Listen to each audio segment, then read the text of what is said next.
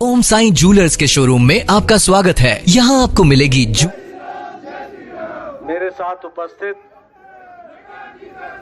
हमारे वरिष्ठ सहयोगी श्री रणधीर शर्मा जी, हमारे प्रदेश के अध्यक्ष डॉक्टर सुरेश कश्यप जी, हमारे यहाँ के प्रदेश में मंत्री राजेंद्र गर्ग जी, हमारे कटवाल जी और हमारे सभी वरिष्ठ साथीगण और यहाँ अनमोल चौक में एकत्र आए सभी हमारे वरिष्ठ पदाधिकारी और कार्यकर्ता बंधु, आप सब लोगों ने जिस तरीके से मेरा स्वागत किया है, जिस गर्मजोशी के साथ स्वागत किया है, उसके लिए मैं अपनी ओर से और पार्टी की ओर से आप सबको हार्दिक धन्यवाद देता हूं और आपका भी अभिनंदन। मोदी जी की नीतियों का और कार्यक्रमों का है जिसने इस देश में राजनीति की संस्कृति को बदलने में बहुत बड़ा योगदान किया।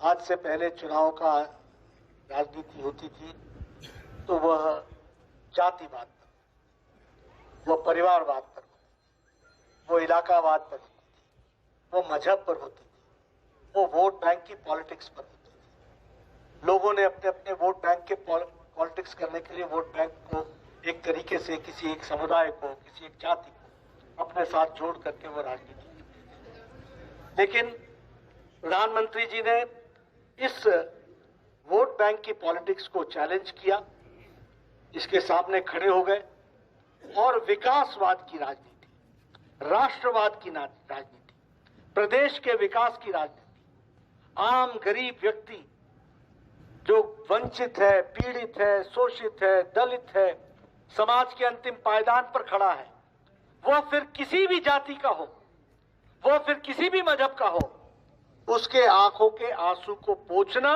और उसको ताकत देना, यह मोदी जी की नीति रही। और सबका साथ, सबका विकास, सबका विश्वास और सबका प्रयास, इस माध्यम से देश को आगे ले जाने का मंत्र उन्होंने लिया। उत्तर प्रदेश में किसी सरकार, जिसकी सरकार थी, वो फिर से प्रदेश में फिर से सरकार बनी। उत्तर प्रदेश में पहली बार जो मुख्यमंत्री था वो दोबारा मुख्यमंत्री बना। आजाद भारत में पहली बार हुआ है, इस बात को भी समझना। योगी जी को जय श्री राम, जय श्री राम, जय श्री राम। नड्डा जी को जय श्री राम, जय श्री राम, जय श्री राम। उत्तराखंड में जब से राज्य बना हमेशा अदला बदली चलती थी, लेकिन अब इस बार भारतीय जनता पार्टी की विशुद्ध सरकार दूसरी बार भी उत्तराखंड में बनी। गोवा में हम तीसरी बार आ गए, हैट्रिक बना ली वहां, और वहां भी विशुद्ध भारतीय जनता पार्टी की सरकार। नॉर्थ ईस्ट में, उत्तर पूर्व में, वहां पर भारतीय जनता पार्टी की, मणिपुर में विशुद्ध पहली बार भारतीय जनता पार्टी की सरकार। इसलिए मैं हमेशा बोलता हूं कि उत्तर प्रदेश, उत्तराखंड, मणिपुर, गोवा में सरकार हमारी है, अब हिमाचल और गुजरात की बारी है। इसलिए हम आपसे निवेदन भी करना चाहते हैं, मोदी जी के सपनों को साकार करना है तो हर प्रदेश को मजबूत होना पड़ेगा। मोदी जी के सपनों को साकार करना है तो हिमाचल में डबल इंजन की सरकार जो चल रही है उसको ताकत प्रदान करना पड़ेगा। और उसके साथ साथ हम किस तरीके से हिमाचल के अपने साथियों को आगे ले जा सकते हैं, इसकी हमको चिंता करनी है।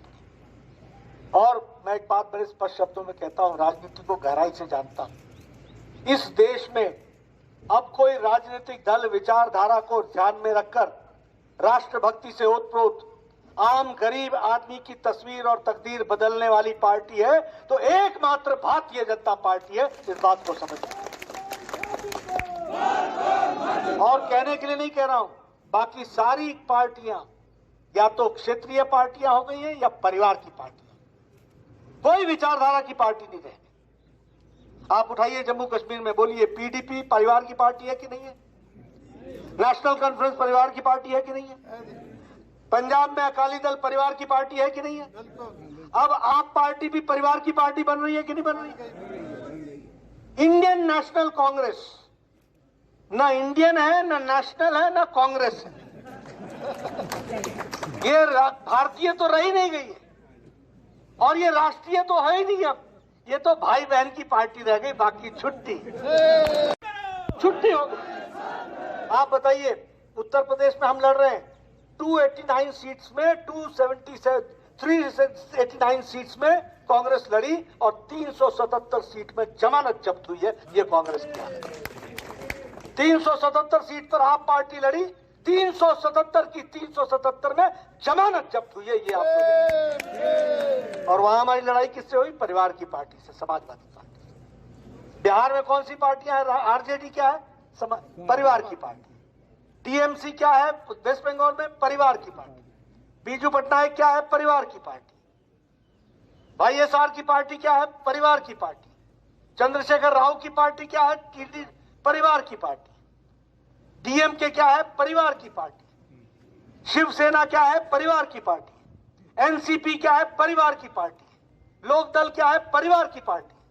अब तो पार्टी ही परिवार की हो गई या क्षेत्रीय पार्टी हो गई। राष्ट्रीय पार्टी अगर है तो भारतीय जनता पार्टी है। इस बात पर आपको ध्यान रखना। लोगों से मैं निवेदन भी करना चाहूंगा कि हम लोगों को यहां भी कमल खिलाना है और उसके लिए कमर कस के हमको खड़े होना है। मैं कांग्रेस भाइयों की चर्चा नहीं करना चाहता हूं, आपने उनको बहुत देखा, बहुत आप जानते हैं उनके बारे में, और इस शुभ घड़ी में उनकी चर्चा क्यों लाते?